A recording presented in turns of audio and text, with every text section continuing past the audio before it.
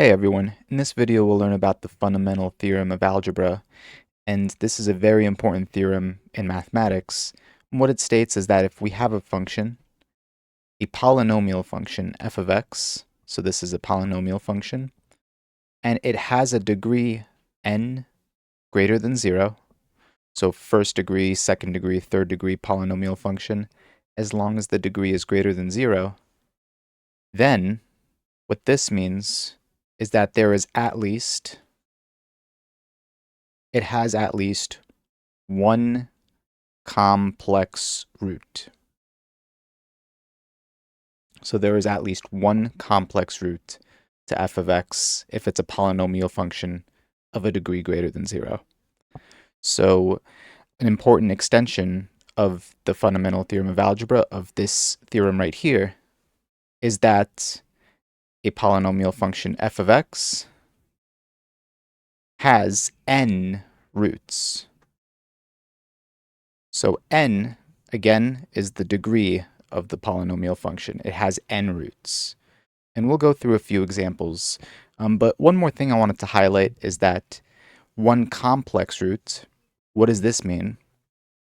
So let's just refresh our mind on what complex numbers are. Remember, they're written in the form a plus bi. If you watch the complex number video, a plus bi. And what this means is complex numbers have a real part. They have the real part a, and they have the imaginary part bi. And a could be 0. So a could be 0, so our complex number, it can include imaginary numbers. So this can include imaginary numbers. It can also include real numbers, because b could be 0 as well, and we could just be left with a. So it could include real numbers, and it could include complex numbers as well. So as long as n is greater than 0, the fundamental theorem of algebra states that there is at least one complex root. It may not be a real root. It could be an imaginary root or a complex root, and we'll go through a few examples. So let's scroll down a little bit, and let's just say we had the function, just a simple linear function, f of x equals x plus 2. So what is the degree of this function right here, of this polynomial function? The degree is 1, because x has an exponent of 1. So n equals 1. And this also means that there is exactly one root. So there is one root. There's one root to this, and we know there is one root because if we go ahead and put this on a graph, the root is essentially the x-intercept. So if we go ahead and just graph this real quick, f of x equals x plus 2 looks like this.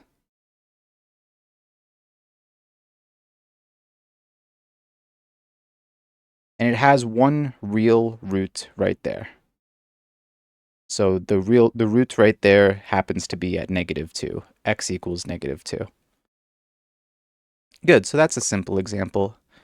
And let's say we had a quadratic. So let's say we had a quadratic, f of x equals x squared minus 1. So if we were to graph this, what exactly would this look like? So if we were to just quickly graph it real quick, this is really just a quadratic function shifted down by 1. So f of x equals x squared minus 1. So like this, and like this. That's f of x. So again, what is the degree of f of x right here? The degree n is 2, because the highest exponent right here is 2. So the degree of this polynomial function is 2. So that means that there are 2 roots. Now, what are the roots to this one? Well, if you look at the graph, if you actually go ahead and graph it, then you will notice that the roots are here and here at these points. So this point right here is 1, 0, and this point right here is -1, 0. So those are the roots to f of x. There are 2 roots.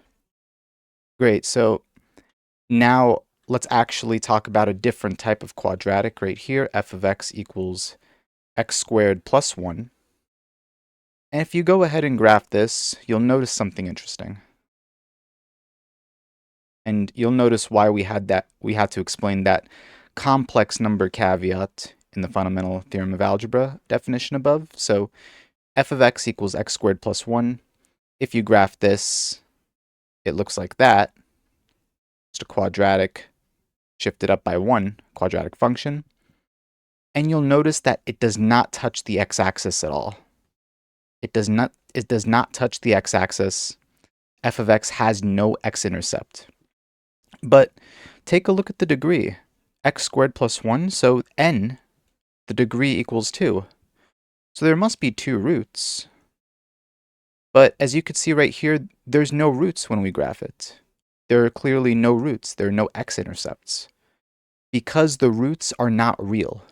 We have 2 roots, but not 2 real roots. We have 2 complex roots. So complex roots. And how exactly do we find them? Well, we could go ahead and solve for it. So f of x equals x squared plus 1. To solve for the roots, we just set f of x equal to 0. So 0, so if we can write it down here, 0 equals x squared plus 1. And then just subtract 1 from both sides. And we're left with x squared equals negative 1. And if we go ahead and just take the square root of both sides, we have x equals plus minus the square root of negative 1. And what is the square root of negative 1? The square root of negative 1, as we know, is I, the imaginary number. So x equals plus minus I. And those are our 2 roots. Our 2 complex roots are at x equals I and x equals negative I. So the degree of this function was 2, so there are still 2 roots, but no real roots. Both of those roots are complex. That's why we'll never see them if we go ahead and graph it. So there are no x-intercepts, but there are still 2 roots. And then we'll go through one more example. Let's say we had f of x equals x to the third minus 5x squared minus x plus 5. And we could actually find this one's roots by factoring it. So we can factor this by grouping. So f of x equals, we can factor an x squared out of this one. So x squared out of these 2 terms. So x squared times x minus 5. And then in these 2 terms right here, I'm actually going to factor in negative 1. And you'll see why. A negative 1 times x minus 5. And the reason I factor in negative 1 out of those is because now you see we have an x minus 5 in parentheses attached to both of these terms, which we can then go ahead and factor out. So f of x equals, and then x minus 5. So here x minus 5. And then we're left with x squared minus 1. So, and then x squared minus 1. And then we can go ahead and find the roots by setting f of x equal to 0. So 0 equals x minus 5. So x minus 5 times x squared minus 1. And then what we do to solve this is just set each of these equal to 0. So x minus 5 equals 0. So if I add 5 to both sides, x equals 5. And then right here, x squared minus 1 equals 0. So if I add 1 to both sides, x squared, so x squared equals 1. And then if I take the square root of both sides, so let me just take the square root, x equals plus minus the square root of 1, which is 1. And there we go. Those are our 3 roots. our 3 roots to this polynomial equation right here, this polynomial function, we know it has 3 roots because the degree is 3, the n is 3. There must be 3 roots, and all of those roots are real numbers. Those roots are x equals 5 right here, positive 1, and negative 1.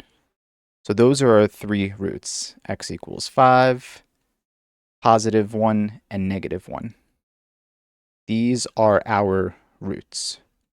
Those are our 3 roots. So that's how the fundamental theorem of algebra works, and if you have any questions at all, please leave them down in the comments below, and thank you for watching.